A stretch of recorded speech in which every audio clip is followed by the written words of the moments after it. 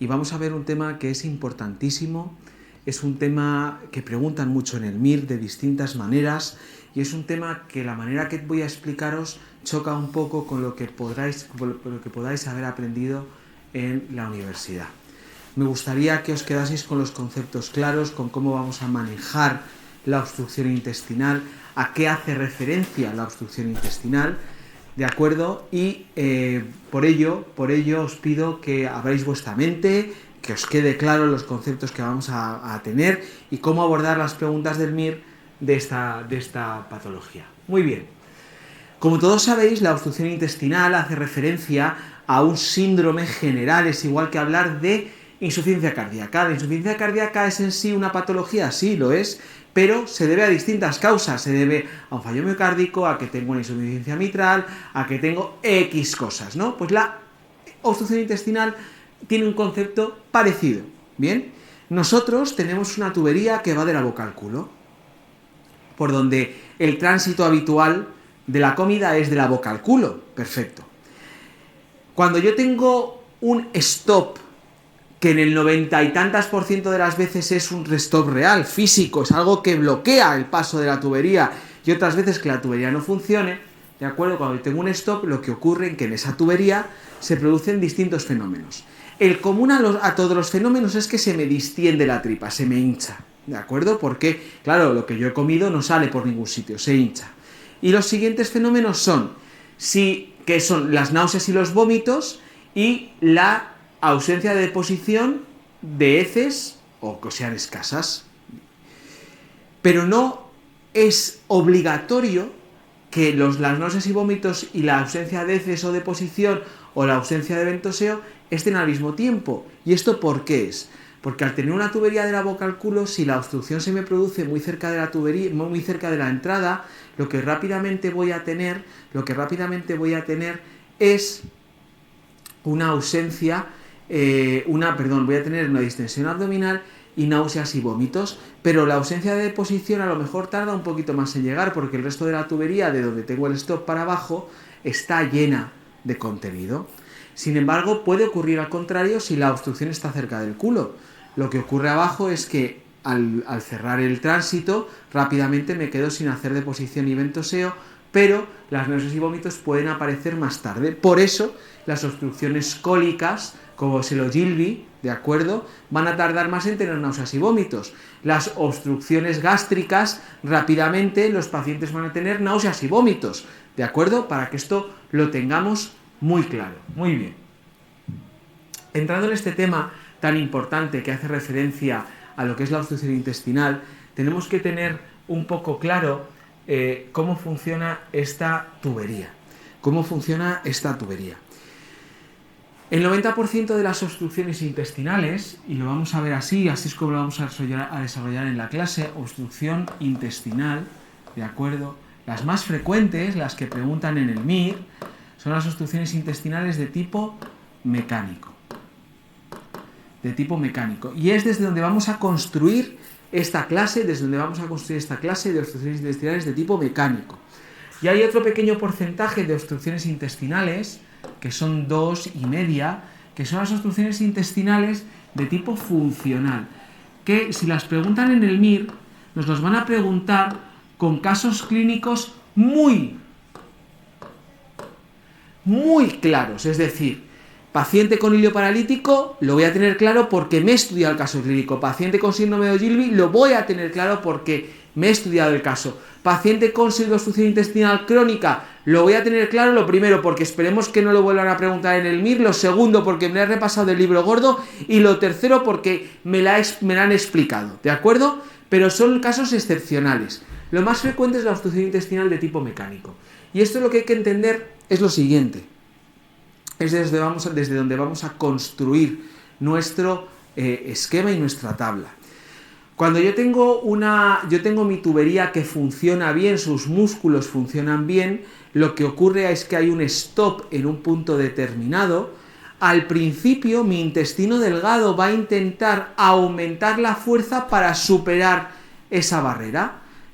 ¿Eso en qué se traduce? En que a la exploración física, mi paciente al principio del cuadro al principio del cuadro tiene aumento de los ruidos hidroaéreos, sin embargo, el músculo liso de la pared del intestino delgado se cansa y por lo tanto a lo mejor a mí ya me llega la urgencia con los ruidos hidroaéreos disminuidos o abolidos. Esto no ocurre igual en el caso de la obstrucción intestinal de tipo funcional independientemente de la causa. Aquí la tubería ha dejado de funcionar, por lo tanto, en la exploración física, desde el principio, los ruidos hidroaéreos están disminuidos o ausentes. Por lo tanto, si en una pregunta del MIR me ponen un caso clínico de obstrucción intestinal y me dicen que los ruidos hidroaéreos están disminuidos, yo solo con ese dato, por probabilidad sabemos que es mecánica, pero yo solo con ese dato no puedo saber si la obstrucción intestinal es de tipo mecánico o es de tipo funcional. Sin embargo, si en ese mismo caso clínico me ponen que los ruidos hidroaéreos están aumentados, no me cabe la menor duda de que es la más frecuente de las obstrucciones intestinales porque es la mecánica, que es la única que tiene los ruidos hidroaéreos aumentados al principio del cuadro. ¿Bien? Esto como algo fundamental, genérico para las obstrucciones intestinales. Lo segundo que os quiero contar es que si yo en una placa dibujo una obstrucción intestinal de tipo mecánico, lo que ha ocurrido, si esto es el estómago, aquí tengo el intestino y aquí tengo el colon, ¿vale? Lo que ha ocurrido es que en un punto determinado existe un stop de el tránsito intestinal y es muy frecuente que en la radiografía de abdomen de la obstrucción intestinal de tipo mecánico, a nivel de la pelvis, yo esto de la pelvis lo vea blanco en la radiografía de abdomen. ¿Por qué? Porque no hay gas distal habitualmente, no hay gas distal. Cosa que no ocurre en la obstrucción intestinal de tipo funcional, porque como os he contado, en la obstrucción intestinal de tipo funcional no hay un stop real y por tanto en esta zona de aquí podré ver gas distal. Y esta es otra de las cosas típicas que hace referencia al conjunto común. Las obstrucciones intestinales, como os he contado, son como la insuficiencia cardíaca, es decir, es el resultado de algo patológico. ¿Qué es lo patológico? En las mecánicas ahora veremos, bridas, hernias, tumores, ¿de acuerdo? En las funcionales, el hilio paralítico, el síndrome de Ogilvy. Pero es como el camino común en donde convergen todas estas patologías. Cada una en específico, por ejemplo, las hernias se van a tratar de una manera, sin embargo convergen en el mismo sitio y su actuación inicial debe de ser la misma, ¿vale? Pero es importante que entendamos esto. La obstrucción intestinal actúa como un síndrome general de distintas etiologías, ¿vale?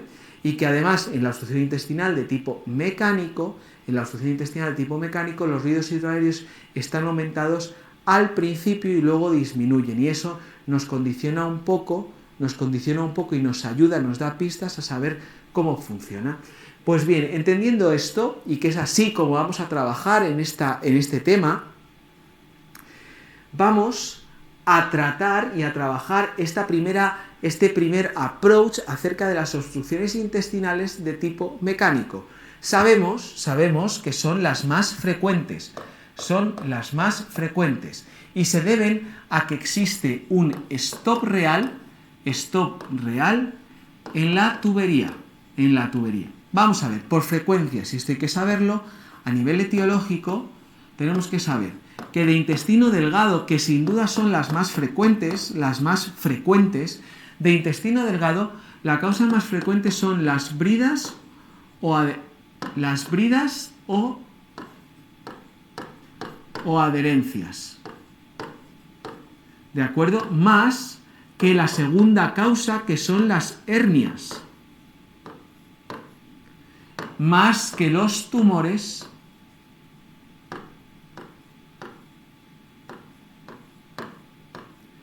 y luego hay otras causas con nombre propio que veremos al final del tema, que también llegan, convergen en lo que es la obstrucción intestinal, como puede ser el ilio biliar o el síndrome de Wilkie preguntado en el MIR.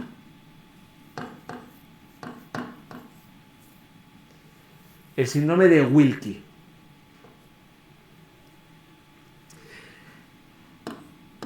En el caso de ser de intestino grueso, porque en el intestino la obstrucción intestinal solo puede ser de intestino delgado, que es la más frecuente, o de grueso, la causa más frecuente es el adenocarcinoma de colon.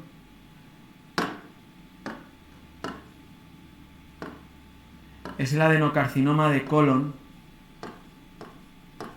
por delante, con diferencia de otras causas que llegan a producir obstrucción intestinal, como son los vólvulos, ¿de acuerdo? O como pueden ser los fecalomas.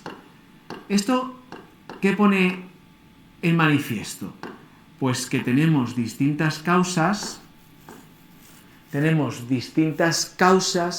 que convergen en el mismo sitio. Desde el punto de vista clínico, tenemos lo que conocemos ya, que son las náuseas y vómitos, más la distensión abdominal, más la ausencia de ventoseo o de posición. Pero ahora os voy a contar otra cosa más que es importante que tengamos clara, y es que cuando yo tengo un proceso de obstrucción intestinal, ya sea de colon o de intestino delgado, pero de intestino delgado sabemos que es más frecuente, lo que ocurre de manera anterógrada a esa obstrucción intestinal es que aquí se empiezan a acumular los solutos, porque aquí viene la comida y además hay secreciones. ¿Esto qué conlleva? Esto nos conlleva a que la osmolaridad de esta tubería aumente. Y esta consecuencia, y esto provoca que el líquido del espacio extracelular entre aquí. ¿De acuerdo? Entre aquí. Y además con esto se produce una alteración de la bomba sodio-potasio y también puede llegar a entrar el sodio y el potasio aquí, ¿vale? Bueno. Lo que ocurre es esto, ¿no? La segunda consecuencia que tiene la obstrucción intestinal es que por aumento de la osmolaridad dentro de lo que es la propia obstrucción, el aumento de la osmolaridad aumenta el líquido extracelular dentro de lo que es el tubo digestivo, por lo tanto estamos deshidratándonos. Nuestro paciente se está deshidratando. Y esta deshidratación me va a provocar que mi paciente tenga muy frecuentemente, cuando llega a la urgencia, un fracaso renal agudo de tipo prerrenal con la CREA elevada. ¿De acuerdo? Un fracaso renal agudo de tipo prerrenal por ese espacio extracelular y esa deshidratación. Esto es lo que se llama tercer espacio. Y lo otro que os quiero contar es lo que os he contado antes con el apéndice. Esto está funcionando, lo que os he contado con el apéndice, con la vesícula biliar, esto está funcionando como un sistema cerrado, es decir, tengo una entrada pero mi salida está bloqueada. ¿Qué ocurre con la pared de mi intestino? La pared de mi intestino, lo que ocurre es lo mismo que antes. Si yo tengo la pared del intestino así, al aumentar la presión dentro de la tubería, la pared del intestino disminuye, y al disminuir la pared del intestino,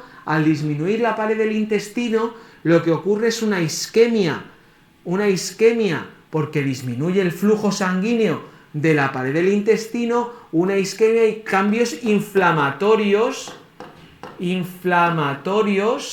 de la pared del intestino. Y estos cambios inflamatorios se traducen también en un aumento de la leucocitosis de mi paciente. O sea, mi paciente, aparte de tener náuseas y vómitos, distensión abdominal, ausencia de posición y heces, tiene un tercer espacio que el paciente está deshidratado, con aumento de la creatinina, aumento del hematocrito, aumento de la creatinina, y además está inflamado. ¿Por qué? Porque ese aumento de presión disminuye el grosor de mi pared intestinal, que produce cambios isquémicos, pequeñitos pero isquémicos, y por lo tanto inflamación de la pared del intestino. Y esto se traduce en un proceso de leucocitosis. Esto es importante entenderlo para entender luego, al final de todo el tema de cirugía general, por qué la obstrucción intestinal, cuando se opera, se considera una cirugía de tipo contaminado.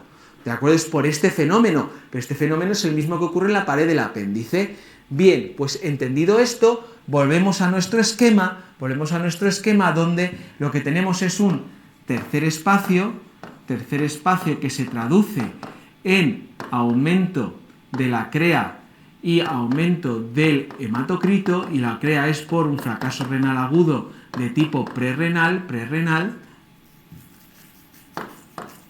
¿de acuerdo? Y además tenemos un proceso inflamatorio con leucocitosis. Entendido esto, nos podemos ir ya al manejo genérico que le vamos a dar a la obstrucción intestinal.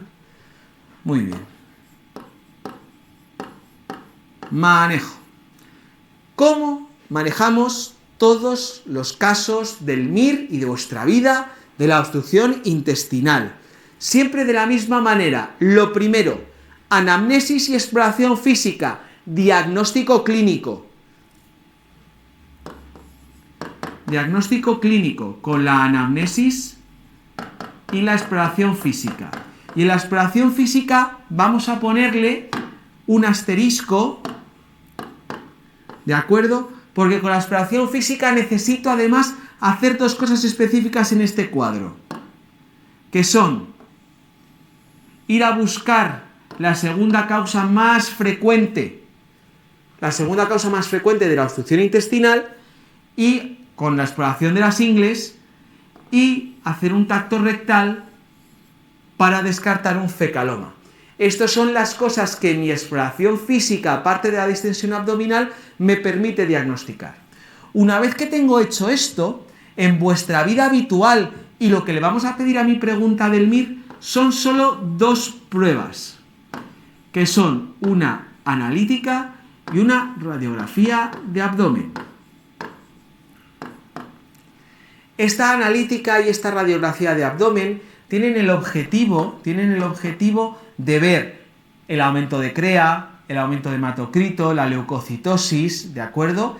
Y la radiografía de abdomen de diferenciarnos si es intestino delgado o intestino grueso. Y estas dos pruebas, solo con esto y con la exploración física, me permite elaborar un cuadro de signos de alarma, de signos de alarma. ¿Y estos signos de alarma qué son? Como casi todo en cirugía general, la irritación peritoneal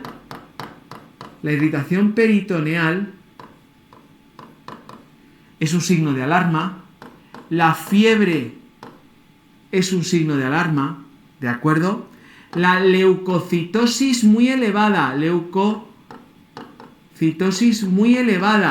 la leucocitosis habitual que tienen nuestros pacientes con una obstrucción intestinal, en el caso de la inflamación, suele estar entre los 10.000 y los 15.000 leucos. Si mi paciente tiene 20.000 leucos, es una leucocitosis que ya nos genera signos de alarma, ¿de acuerdo?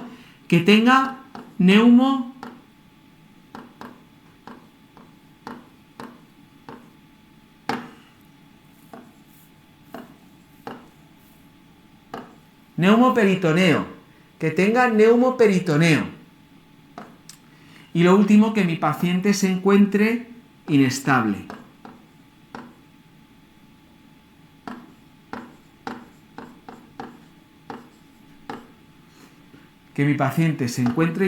Estos son los signos de alarma que únicamente con la exploración física, con la analítica y la radiografía de tórax, con esto yo ya tengo claro cómo voy a manejar todas las obstrucciones intestinales. Porque este diagrama de manejo nos sirve para todas, ¿de acuerdo? Y entonces, ¿el manejo en qué consiste?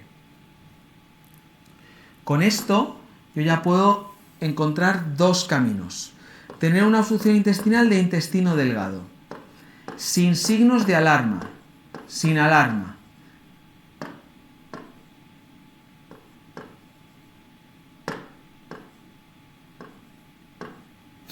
Es la más frecuente, ¿de acuerdo? Es la más frecuente.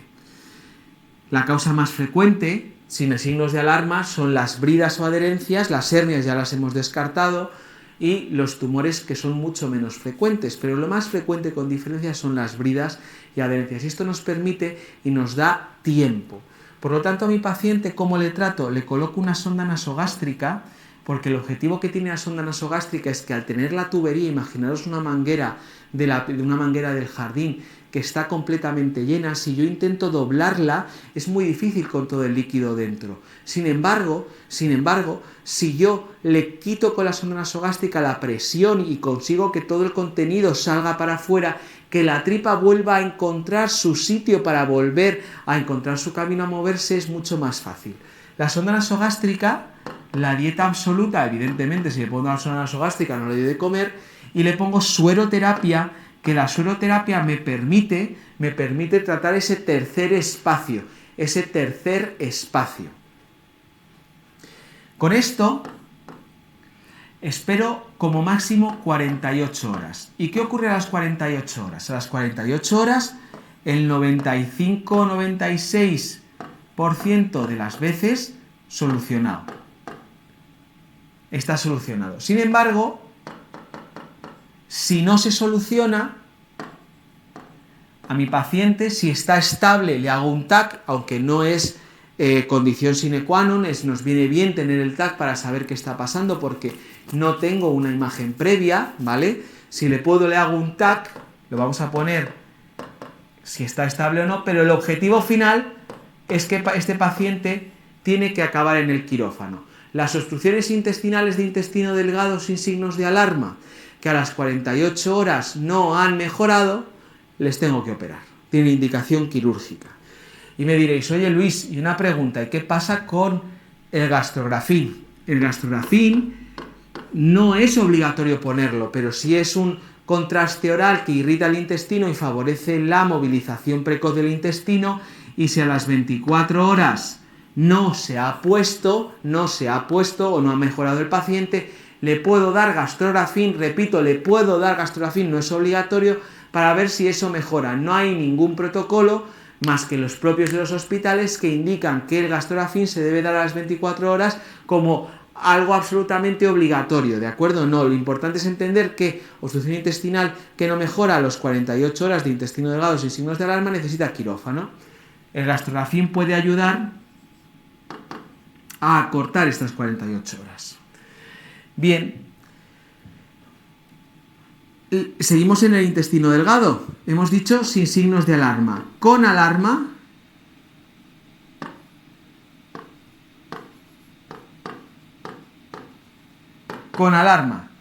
¿qué ocurre con alarma? Lo mismo, pongo aquí el TAC en condición de pregunta. Como sabemos, si un paciente está inestable, nunca se le puede llevar al TAC. Si mi paciente está estable, prefiero tener una prueba de imagen que me va a ayudar. Pero el objetivo que entendamos es que aquí lo importante es que mi paciente con signos de alarma necesita que yo le opere. Y como cirujanos, ¿qué hacemos generalmente cuando operamos? Somos los fontaneros de la tripa. Generalmente lo que hacemos es cortar y pegar tubería, ¿vale? ¿Qué pasa con el intestino grueso? El intestino grueso es menos frecuente que el intestino delgado, ¿vale? Sin alarma, aquí tenemos los dos escenarios igual.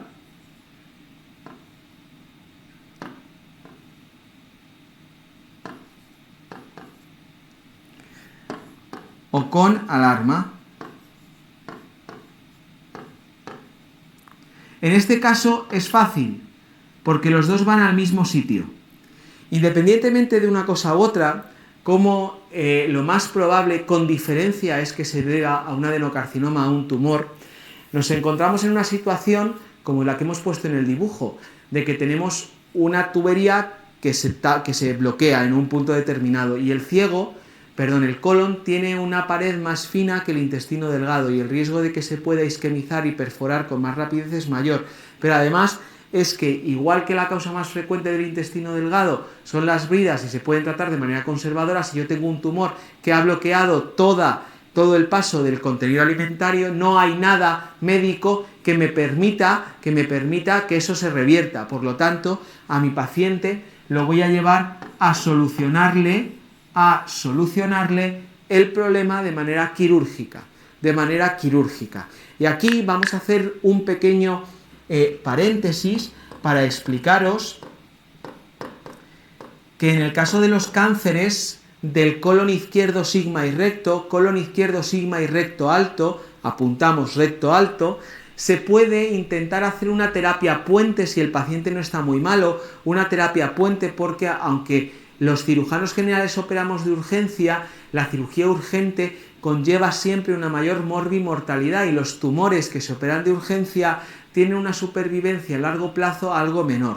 Por lo tanto, intentamos no operarlos si se puede, que casi siempre hay que operarlos, pero hay algunos tumores del colon izquierdo, del sigma o del recto que nos permiten a los radiólogos intervencionistas o a los digestivos colocar un stent, abrir la tubería, quitar todo el síndrome clínico relacionado con la obstrucción intestinal, la inflamación, el tercer espacio, etcétera, y cuando hayamos curado esa obstrucción intestinal en una semana, 2 semanas, operar al paciente del tumor sin ser de manera urgente. Cabe la importancia de destacar que en este caso los stents no se pueden poner en todo el intestino y solo serían viables, y como anécdota os lo cuento, en el caso del colon izquierdo, del sigma o del recto. Pero lo importante es entender que en la obstrucción intestinal de intestino grueso, independientemente de signos de alarma o no, puesto que el diagnóstico más frecuente es el del cáncer de colon con diferencia, hay que darle una solución definitiva quirúrgica.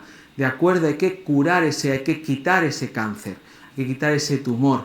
Y hay veces, solo en el, repito, izquierdo sigma y recto alto, y es recto alto porque el stent tiene una longitud y si lo ponemos en el recto bajo, las púas del final del stent pueden salir por el ano y eso hace que duela muchísimo y el paciente no lo tolere, por eso decimos recto alto, donde se puede intentar poner a veces, ¿de acuerdo? Únicamente como anécdota y que lo añadéis a vuestros apuntes del cáncer de colon, ¿vale?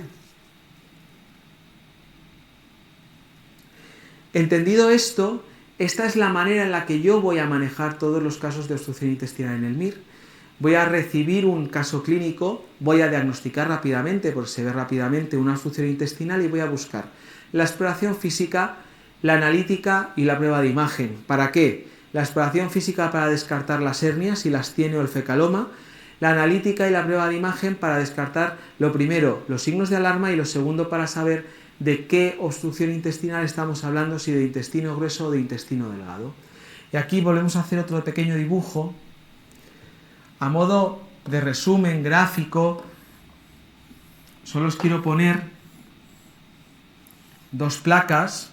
En el caso de la obstrucción intestinal de intestino delgado, lo que yo voy a tener en esta placa de abdomen, estamos hablando de las obstrucciones intestinales de tipo mecánico. Y como hemos dicho de las mecánicas, sabemos que aquí, en principio, no hay gas, esto no es como en los ruidos hidroaéreos, es lo más frecuente que no haya gas, ¿vale? Pero no quiere decir que a veces pues, algún pedete se escape para acá. Lo que es importante entender es que en el caso de las asas de intestino delgado, de la obstrucción intestinal de intestino delgado, ¿qué es lo que voy a ver en mi placa? Voy a ver una imagen o imágenes en pilas de moneda,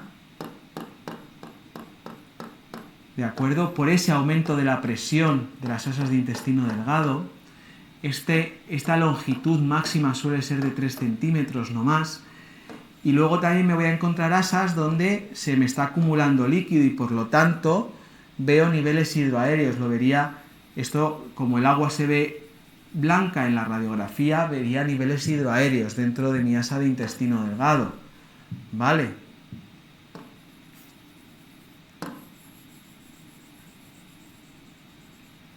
Y el colon lo podríamos ver sin estar distendido más bien colapsado en el marco cólico. Bien. ¿Qué es lo que ocurre en el caso del intestino grueso cuando tengo una obstrucción intestinal de intestino grueso? Pues lo que ocurre es que tengo el intestino grueso muy dilatado. Y el intestino grueso, a diferencia del intestino delgado, se puede dilatar hasta los 10-12 centímetros. Imaginaos que aquí tengo mi stop de la tubería. Y la diferencia es que el intestino grueso no hace pilas de monedas. Las austras del intestino grueso, como veis, no van de lado a lado, sino que se cortan en las tenias, ¿de acuerdo? Y esto es otro truquito para poder diagnosticar la obstrucción de intestino grueso, pero la clave es que cuando yo veo una placa, generalmente el intestino grueso se ve mucho más grande que el intestino delgado. Bien, y ahora hacemos vamos a añadir otra cosita más importante. El intestino grueso se conecta con el delgado a través de la válvula ileocecal. La válvula ileocecal a veces funciona y a veces no funciona. Si no funciona, en la obstrucción de intestino grueso yo voy a tener una placa similar a la que estoy viendo en la pantalla.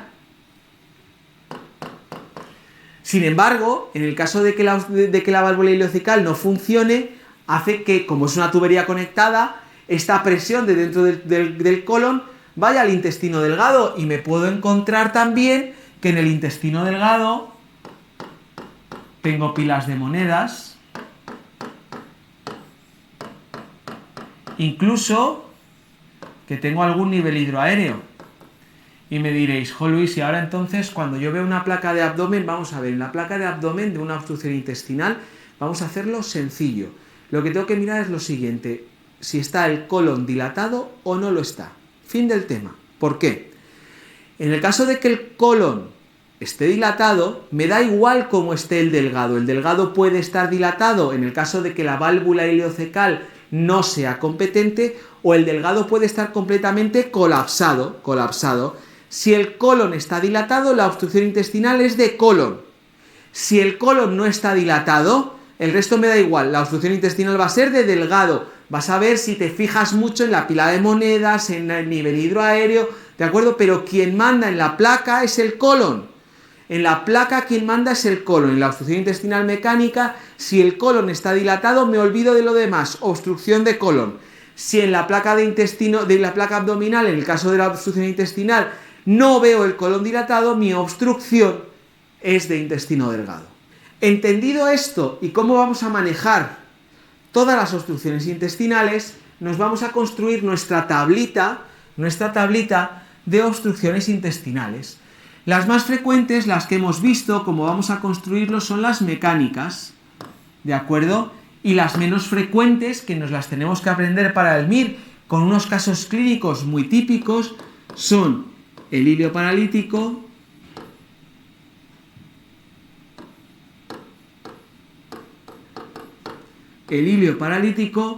la pseudo obstrucción intestinal cólica, también llamado síndrome de Ogilvy, y luego un caso de una obstrucción intestinal de tipo funcional súper poco frecuente, que abarca solo un pequeño párrafo del Harrison, pero que alguien tuvo a bien preguntar en el MIR en el año 2022, que es la pseudo obstrucción intestinal de tipo crónico.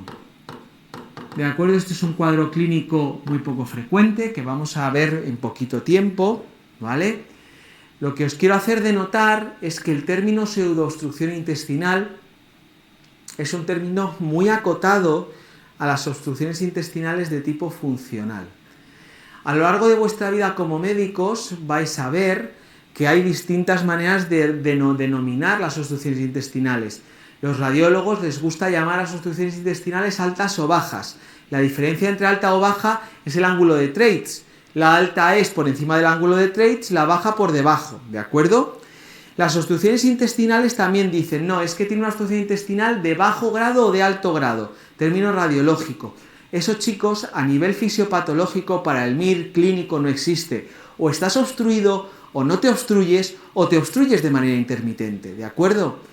Y el término pseudoobstrucción intestinal es un término mal usado, pero que hace referencia a dos síndromes clínicos muy específicos, que son los que tenéis en pantalla. Por lo tanto, esta pregunta del 2022 era difícil de entender, pero en el caso de que comprendiésemos que pseudoobstrucción intestinal hace referencia a las obstrucciones intestinales de tipo funcional, no hubiésemos tenido duda en responderla, ¿vale? Bien, la obstrucción intestinal de tipo mecánico, ya la hemos visto. Las causas de intestino delgado y de intestino grueso son diferentes. De intestino delgado son las bridas o adherencias, las hernias y los tumores. Y en el caso de intestino grueso son los tumores por delante de todas las demás que ya hemos visto. Respecto al cuadro, ¿cuál es el cuadro del MIR que nos suelen preguntar? En este caso nos suelen preguntar por un paciente que lo que suelen reseñar es que tiene náuseas, vómitos, distensión abdominal y en mayor o menor grado ausencia de deposición o heces, y generalmente en el contexto del cuadro nos suelen poner que el paciente fue operado del abdomen hace años. A la exploración física nosotros ya sabemos que al principio los ruidos hidroaéreos están aumentados y luego los ruidos hidroaéreos están disminuidos. ¿De acuerdo? Y en la radiografía ya hemos sabido distinguir entre intestino delgado e intestino grueso, y aquí generalmente no es tan claro como los ruidos hidroaéreos, pero es habitualmente hay ausencia de gas distal. Y el tratamiento lo sabemos, porque después de haber pedido la analítica y la radiografía, lo que hacemos con el tratamiento es que si es de intestino delgado, tenemos aquí sin alarma, que es lo más frecuente, sonda nasogástrica, sueroterapia y dieta absoluta, y con alarma, cirugía. Y en el caso del intestino grueso, da igual con alarma o sin alarma, nos vamos a ir a operar ese tumor. Una vez teniendo esto como referencia de nuestra tabla, nos vamos a construir el hilo paralítico y los otros dos síndromes funcionales. La causa del hilo paralítico sabemos que es una obstrucción intestinal de tipo funcional, y recordamos el principio de la clase. Desde el principio los ruidos hidroaéreos no van a estar aumentados, van a estar disminuidos, y desde el principio la tubería no tiene un stop, sino se debe a un mal funcionamiento del intestino. ¿Qué es lo que ha ocurrido? Que todo el intestino ha actuado de manera reactiva a una agresión.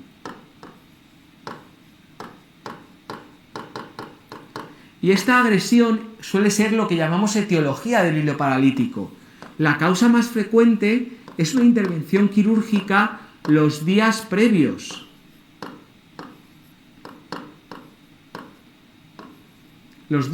Sin embargo, hay otras causas muy frecuentes, como pueden ser, mirad, cualquier cosa, como os he contado, la tripa funciona, el abdomen funciona como una cavidad conectada, cualquier inflamación nos afecta.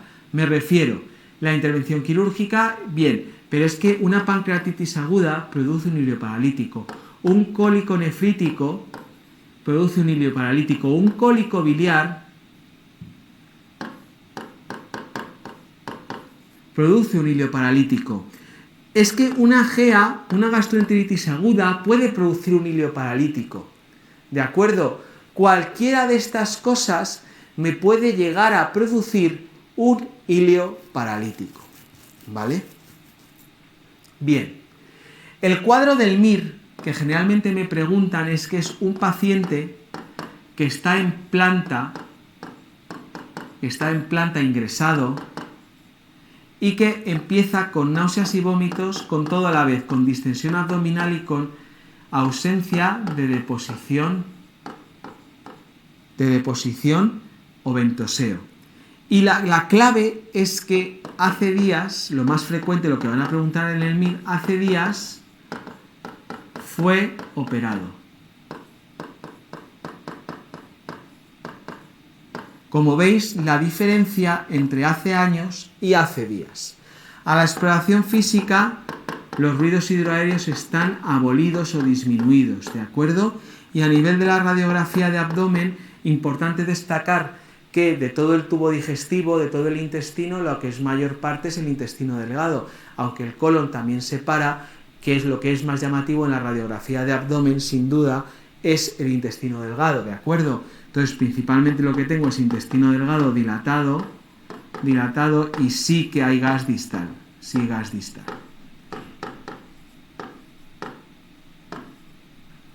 Y a nivel terapéutico, ¿qué es lo que hacemos? Bueno, pues los cirujanos generales no nos rompemos mucho la cabeza, al final esto es un proceso a consecuencia de otro, por lo tanto, lo que vamos a intentar es pasar, o sea, solventar el paso, ¿no? Entonces, lo que hacemos es, lo primero de todo, es colocar una sonda nasogástrica, por lo mismo que os he contado antes, dieta absoluta y sueroterapia, porque el mecanismo fisiopatológico que ocurre dentro del tercer espacio es el mismo, ¿de acuerdo?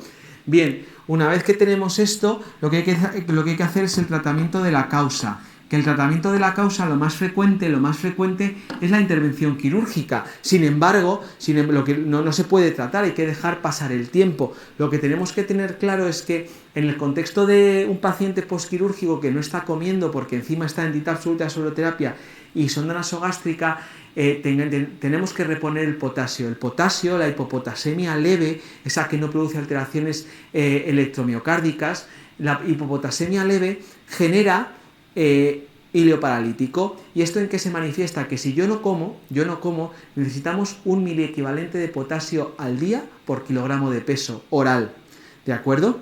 Oral o intravenoso, externo.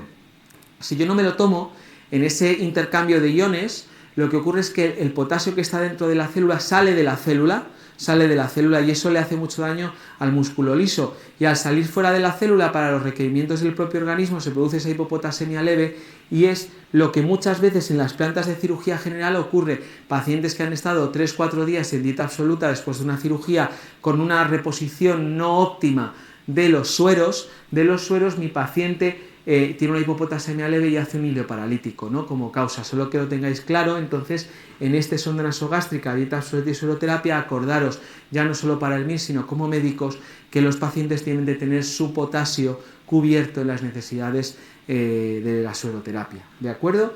Las otras causas, pues habrá que tratar la pancreatitis aguda, el cólico nefrítico, el biliar, la gastroenteritis aguda, etc. Bien, respecto a la pseudoobstrucción intestinal, de tipo cólico, es lo que llamamos síndrome de Ogilvy. En este caso, lo que se produce es una alteración del sistema nervioso autónomo. No sabemos por qué, sabemos que es pasajera, que es autolimitada, pero que ocasiona esto, es una alteración del sistema nervioso autónomo. Y en el MIR me lo suelen preguntar como ¿quién? Como un paciente añoso, pluripatológico, polimedicado,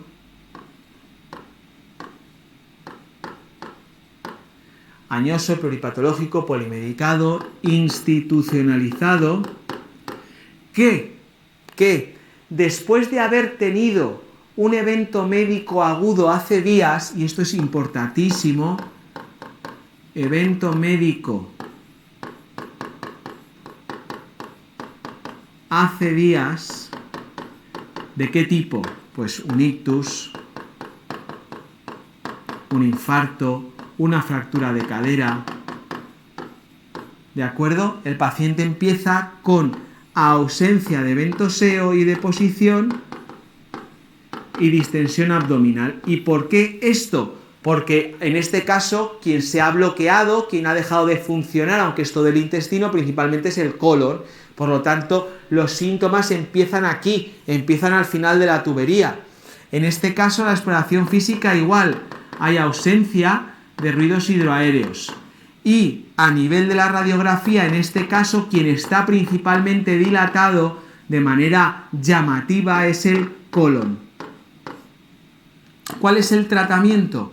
Sabemos que esto es autolimitado, pero como os he contado antes, si yo dejo la obstrucción del colon de manera perpetua se me puede perforar. ¿Por qué? por ese aumento de presión dentro de la tubería, la disminución del grosor de la pared, los fenómenos isquémicos de la pared del colon, que si los perpetúo lo que va a ocurrir es que se rompe.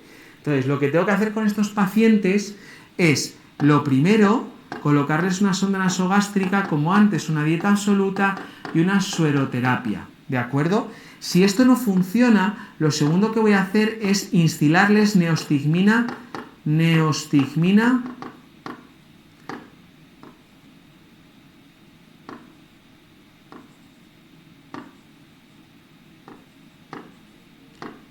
intravenosa. Esto siempre lo voy a hacer con el paciente monitorizado porque puede producir alteraciones cardíacas. Si la neostigmina no funciona, hablaré con el digestivo para una descompresión endoscópica. Una descompresión endoscópica. ¿Por qué? Por lo que os he contado, nuestro problema aquí no tengo una causa que operar. Lo que tengo es que intentar quitar la presión al colon para que ese colon le demos tiempo hasta que se termine de mover por esa alteración del sistema autónomo, que se termine de mover, pero que no se nos perfore. Por eso llamo al digestivo para que lo descomprima. Y lo último sería operarlo, ¿de acuerdo? Pero os puedo decir que en los años que llevo como cirujano, que ya son 10, en ningún momento de los hospitales en los que he estado, ni todo lo que he visto, no he visto ningún Ogilvy operado, aunque existe en la bibliografía. Y el último caso es el de la pseudoobstrucción intestinal crónica, al que no le debemos dedicar más de 3 minutos de nuestra preparación al MIR, pregunta del año 2022 que tenemos que repasar del libro gordo, pero os comento que esto también se debe a una alteración del sistema autónomo, en este caso un poco más fastidiada que la del Ogilvy porque se produce antes en la vida y afecta a todo el intestino, y lo que ocurre es que tengo un paciente que está bien, de repente hace una obstrucción intestinal sin causa mecánica, vuelve a estar bien, obstrucción intestinal de causa mecánica, sin causa mecánica, perdón, y vuelve a estar mal. ¿Qué es lo que ocurre en los episodios normales? Mi paciente tiene una alteración del sistema autónomo y esto le produce sobrecrecimiento bacteriano y le produce además alteración en la absorción de vitaminas, hipovitaminosis. Y en el cuadro agudo, mi paciente lo que tiene de manera recurrente es náuseas y vómitos, distensión abdominal y ausencia de ventoseo de posición. ¿De acuerdo? Entonces tenemos en este cuadro de la obstrucción intestinal crónica 2 escenarios. Un escenario en el cual tengo al paciente normal y otro en el que tiene una obstrucción intestinal. Por lo tanto, a la exploración física aquí será normal, en el caso normal, y aquí lo que tendrá es ausencia de ruidos hidroaéreos, ¿de acuerdo? Y a la radiografía, aquí será normal y aquí tendrá dilatado el intestino, ¿vale? ¿Cuál es el tratamiento? El tratamiento en el caso del cuadro agudo, el mismo de siempre, sonda nasogástrica, dieta absoluta y sueroterapia. ¿De acuerdo? En el caso del tratamiento crónico, el tratamiento del SIBO, el tratamiento de las vitaminas, y lo único que os quiero contar es que estos pacientes, en función de la gravedad, de la recurrencia de los cuadros, hay a veces, y es algo excepcional, porque es algo excepcional desde el punto de vista médico-quirúrgico, estos pacientes pueden llegar a acabar en una cosa que se llama trasplante de intestino. Trasplante intestinal. El trasplante intestinal suena muy bien en las noticias, pero realmente es algo poco frecuente, que además hacen muy pocos centros porque su frecuencia es mínima, pero una de las indicaciones es esta pseudoobstrucción intestinal crónica. Muy bien. Entendido esto, mirad, os borro un momento la pantalla. Esta es la pregunta del MIR acerca de la pseudoobstrucción intestinal, que nos pilló a todos un poco con el pie descalzo. La pseudoobstrucción intestinal crónica es una enfermedad caracterizada por, yo hasta aquí, a día de hoy, lo que tengo que saber es que esto es funcional y lo podría sacar en ese momento, que es funcional. Entonces, múltiples estenosis y ulceraciones del intestino delgado en el MIR es una enfermedad inflamatoria intestinal hasta que se demuestre lo contrario.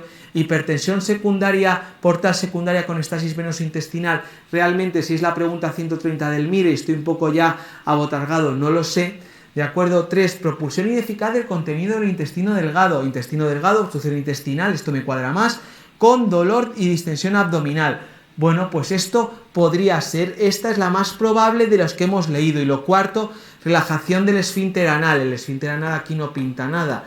La segunda no tiene nada que ver y la tercera se podía haber sacado por descarte, entendiendo que el término obstrucción intestinal hace referencia a un cuadro funcional. Pregunta de Mir para afianzar un poco el conocimiento acerca de cómo responder las preguntas de obstrucción intestinal. Paciente de 78 años con antecedentes de sigmoidectomía. Tengo un señor de 78 años con un antecedente quirúrgico hace 12 años, ¿de acuerdo? Que empieza con el cuadro clínico típico de una obstrucción intestinal. En la exploración física, entonces yo tengo ya diagnosticada mi obstrucción intestinal. Quiero mi exploración física. Exploración física está febril, estable, con dolor difuso la palpación en el abdomen, sin peritonitis. O sea, no está peritonítico, entendemos que no tiene hernias, porque me han explicado aquí, si no me lo dicen voy a dar por hecho que a lo mejor que posiblemente no las tengan, pero no lo sé. Entonces tengo una exploración física relativamente normal. Vamos a la analítica.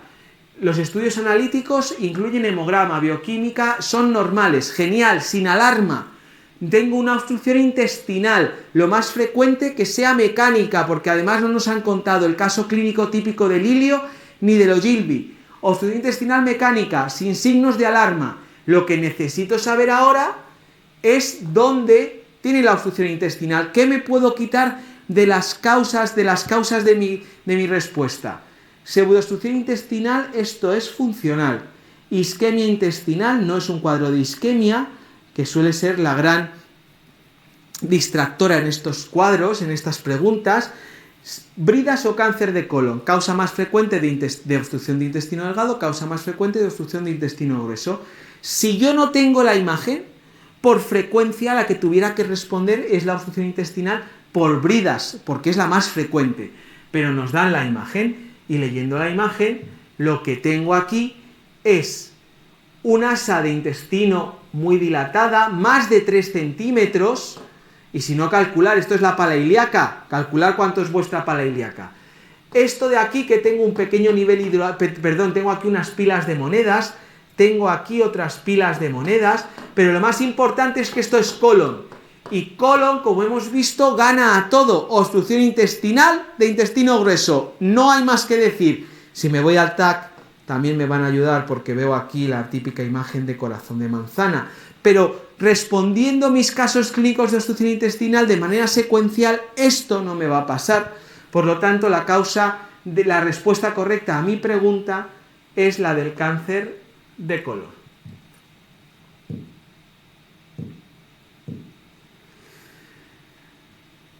Pregunta también de Mir, vamos a responderla, ¿de acuerdo? Varón de 72 años que tiene un diagnóstico de un antecedente de un cáncer en la cavidad oral que ha sido operado. Le han operado la boca, que no la tripa. Y además está en tratamiento con quimio, porta una gastrostomía endoscópica, ¿de acuerdo? Esto quiere decir que los compañeros de digestivo, a través de una endoscopia, le hacen una gastrotomía sin tener, le colocan una manera de poder nutrir a mi paciente sin tener que pasar por la boca y sin tener que estar operado, ¿de acuerdo? Acude a urgencias porque tiene dolor, distensión abdominal de 3 días de evolución, intolerancia oral y ausencia de deposiciones. Tiene una obstrucción intestinal. Tengo un paciente con una obstrucción intestinal, lo más frecuente, y además porque no me dicen que es un hilo paralítico ni que es un Ogilvy, una obstrucción intestinal de tipo mecánico. ¿Me dan exploración física? No. ¿Me dan analítica? Tampoco. ¿Me dan prueba de imagen? Sí. Ahora la vemos. Pero ¿qué quiero decir con esto? Que lo único que sé es que tiene un antecedente de un cáncer, de acuerdo, en la cavidad oral. En la cavidad oral, aquí arriba, está lejos de la tripa. ¿De acuerdo? Entonces, vamos a ver las respuestas. Obstrucción intestinal secundaria a una neo de colon descendente. Bueno, los tumores de colon sabemos que son muy frecuentes, eso puede ser, ¿de acuerdo? Obstrucción intestinal de causa extrínseca por carcinomatosis peritoneal. Si queremos, lo que nos han preguntado aquí es que asociemos la carcinomatosis peritoneal con el carcinoma de cavidad oral, y esto no se asocia. La boca está aquí, la tripa está aquí. Otra cosa es el ovario, el útero, el intestino, ¿de acuerdo? Cosas diferentes. Esto es muy poco frecuente. Vamos a ponerle una cruz. A esto le vamos a poner 3 cruces porque es más frecuente. 4 cruces. ¿Vale? Obstrucción intestinal por migración de la sonda de gastrotomía. Bueno, pues vamos a ver. Lo primero es que yo, si soy el que le está explorando, cuando veo que tiene un agujero en la tripa donde tendría que estar la sonda y la sonda no está, y el señor me dice que se ha metido para adentro, me quedo así un poco loco, pero aquí nadie me dice nada.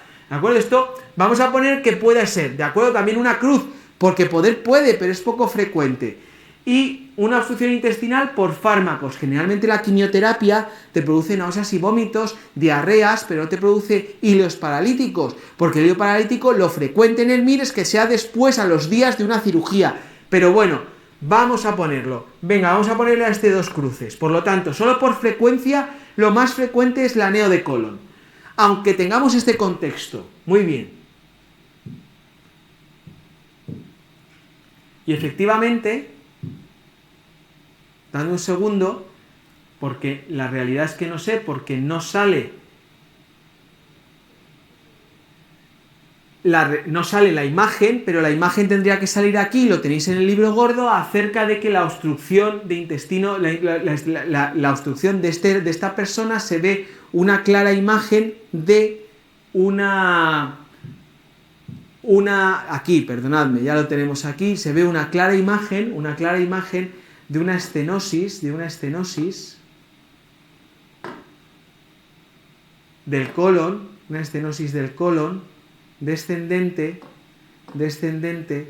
de acuerdo, con dilatado el colon aquí, y esta imagen en corazón de manzana. Por lo tanto, la respuesta correcta es la 1.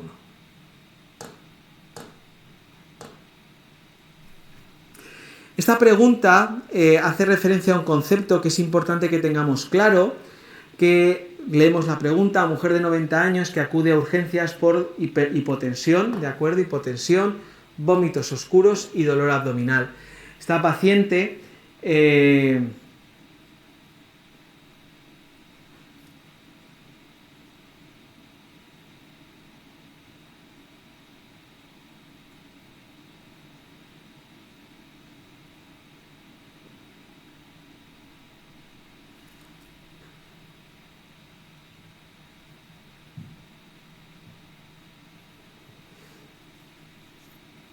finalmente acabamos con los nombres propios de las obstrucciones intestinales de tipo mecánico. Como os he contado antes, la obstrucción intestinal, de intestino delgado, bridas, hernias, tumores y luego otras. Y estas son las otras. El síndrome de Wilkie. ¿Qué es el síndrome de Wilkie? No, si yo soy la aorta y este brazo mío es la arteria mesentérica superior, lo que pasa por aquí debajo, de acuerdo, es el duodeno. Si este ángulo entre la aorta y la mesentérica superior es demasiado pequeño, lo que ocurre aquí dentro es que me bloquea el paso por el duodeno, de acuerdo, específicamente por la tercera porción duodenal. Esto se llama síndrome de Wilkie. El síndrome de Wilkie es la obstrucción intestinal de tipo mecánico del intestino delgado que se produce por un ángulo anómalo entre la arteria mesentérica superior y la aorta. Generalmente en personas muy delgadas y que están asociados a trastornos alimentarios con personas que han perdido mucho peso. Pero en el caso de que no se pueda solucionar, el tratamiento es quirúrgico, solo quiero que lo sepáis, así lo preguntan en el MIR.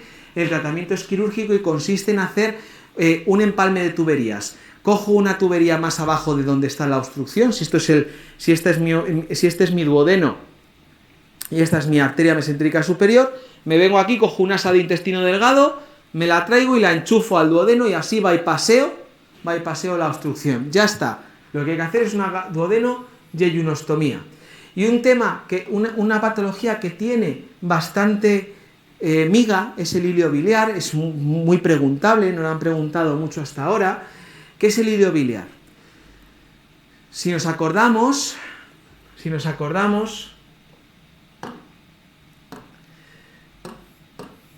la vesícula biliar, de acuerdo, descansa debajo del hígado y justo debajo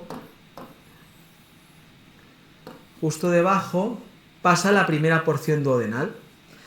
En los pacientes añosos, mayores, donde aquí hay una piedra, esas piedras se pueden quedar ahí, pero las piedras producen pequeña inflamación. Si esa inflamación dura mucho tiempo, a veces se produce una comunicación anómala, un túnel entre la vesícula y la primera porción duodenal, en lo que se llama fístula colecisto duodenal. Esta fístula colecisto duodenal, ¿de acuerdo?, que es únicamente por la situación, la vesícula descansa en la primera porción duodenal y por la inflamación, ¡boom! ¿Qué es lo que produce? Que esa piedra, que llevaba ahí muchos años, pase al intestino, que no habría pasado a través del colédoco porque es un tubo muy fino, y del cístico, pase al intestino delgado, y esa piedra viaja a través de todo el intestino delgado, viaja, ¿de acuerdo? Y llega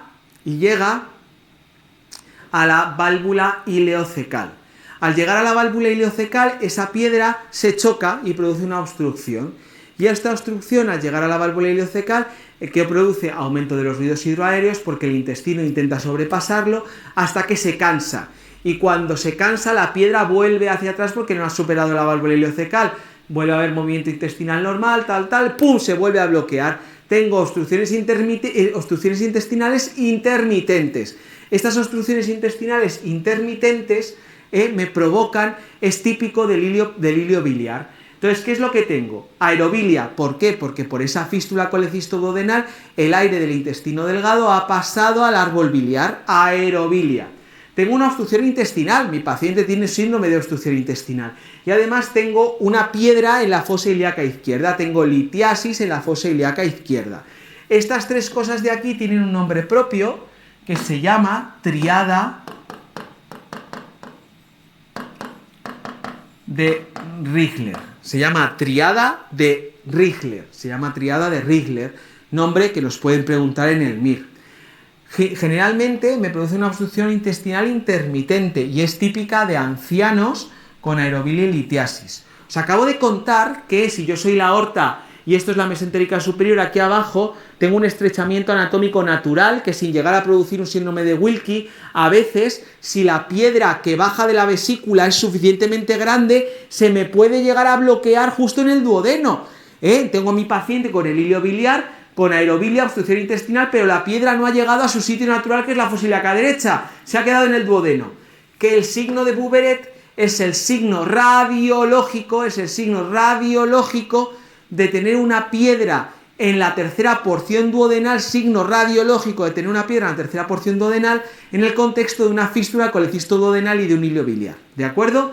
Para que penséis que esto no es una locura, mirad, esto es una imagen de TAC en un corte en el cual podemos estar viendo aquí, estamos viendo la aorta, ¿de acuerdo? Saliendo aquí ya las ramas de la arteria mesentérica superior con las primeras yeyunales. Esto que tengo aquí es el estómago, que vendría a hacer así con el duodeno, y aquí vemos claramente cómo se acaba de dilatar y bloquear la tercera porción duodenal con una piedra en esta zona de aquí. Un signo de Bouberet. ¿De acuerdo? Y lo más importante de todo esto, y os lo cuento porque su manejo es muy específico, lo que hay que hacer con estos pacientes es una enterotomía. Les operamos directamente, ni sonda nasogástrica ni leches, abrimos la tripa, abrimos el asa de intestino delgado, sacamos la piedra y nos vamos. ¿Y qué hacemos con la vesícula? En principio nada, porque os he contado que aquí el principal problema que tenemos con el intestino delgado y el apéndice es que cuando aumenta la presión en una víscera con un fondo de saco ciego se puede llegar a perforar. En este caso mi vesícula va a estar con una compuerta enorme conectada al intestino delgado, por lo tanto la presión ahí dentro nunca va a aumentar. En el caso de que se produzcan infecciones de la vía biliar de repetición, que muchas veces no se producen por la edad de los pacientes porque no les dan tiempo a hacerlas, ¿de acuerdo? Ya operaré en un segundo tiempo esa fístula colecisto duodenal. Pero en principio lo que hay que saber es que lo primero es la enterotomía y luego ya veré si en un segundo tiempo, a los 6 meses, al año o no, le opero la vesícula. Y en este contexto de la obstrucción intestinal terminamos hablando de una imagen muy típica que todavía no nos han preguntado en el MIR, es una imagen muy clásica con esta forma de grano de café, lo que veis en la pantalla, en la imagen radiológica. Y lo que veis a vuestra derecha, es la imagen que ven los endoscopistas cuando van a devolvular un vólvulo de sigma, esta imagen en rueda de carro también muy típica, porque al final, ¿qué es lo que ha ocurrido? Que el sigma, que es redundante, se ha girado sobre sí mismo como si yo enrollara o cerrara un caramelo, y lo que veo es, al entrar con el endoscopio, esa imagen de rueda cerrada, ¿vale? Bien, los vólvulos se tratan de manera endoscópica, y lo que tenemos que saber es que el vólvulo más frecuente es el de sigma. Tenemos dos, el de sigma y el de ciego. El más frecuente es el de sigma. La clínica es la de obstrucción intestinal, ¿de acuerdo? La clínica es de la de obstrucción intestinal distal, porque se nos está bloqueando el intestino al final de la tubería, por lo tanto principalmente voy a tener distensión abdominal y ausencia de ventosidiodeposición, ¿de acuerdo? Con su tercer espacio, etcétera. Radiológicamente, ¿qué es lo que voy a tener? Radiológicamente lo que voy a tener es un grano de café, que hasta ahora en el MIR lo que han preguntado del bulbo de sigma siempre ha sido escribiendo taquigráficamente grano de café, ¿de acuerdo? No nos han puesto la imagen. ¿Cuál es el tratamiento? El tratamiento de esto es que en el 95% de las veces estos pacientes, la manera normal de tratarlos es, lo primero, devolvularlo de manera endoscópica. Y al paciente no le doy el alta, lo ingreso, le optimizo porque ha estado deshidratado por su tercer espacio, y en el mismo ingreso, el segundo paso es operarle con una resección y anastomosis. ¿De acuerdo? Porque al final lo que tenemos que hacer los cirujanos es intentar cortar y pegar la tubería. Sin embargo, si mi paciente, como todo en cirugía general, está irritado, tiene irritación peritoneal, está en shock, es decir, que está inestable, o si mi paciente al meter el endoscopio veo que está la mucosa tiene una isquemia transmural,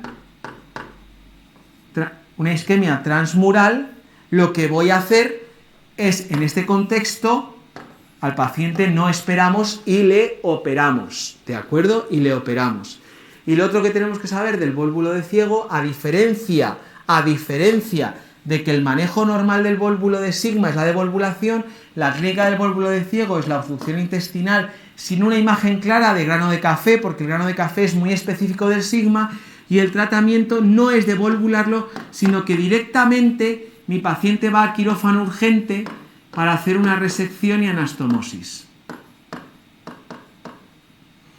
Desde el punto de vista clínico del vólvulo de sigma, quería deciros también que el típico paciente es un paciente pluripatológico, polimedicado, añoso e institucionalizado, que se parece mucho al del síndrome de Ogilvy, pero sin un evento médico agudo, y esto es lo que nos lo diferencia. Y os pongo la diapositiva final de este tema que hace referencia a esto. Mirad, yo tengo aquí un varón de 78 años, añoso, con historia de síndrome depresivo, hipertensión, dislipemia, con antecedentes de una cirugía hace 20 años, que ingresa por un ictus isquémico en el territorio de la arteria cerebral media izquierda, ¿vale? Evento médico. Y en el quinto día tiene distensión abdominal y ausencia de eliminación de heces y gases. Este de aquí es mi Ogilvy, ¿vale?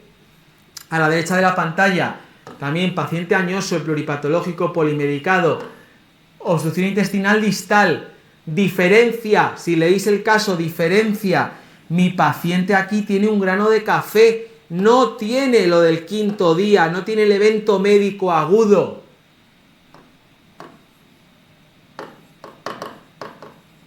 Mi vólvulo de sigma. Y aquí veis las dos diferencias de imágenes. Este sabemos que es el Ogilvy, la pseudoobstrucción intestinal cólica, como veis todo el colon dilatado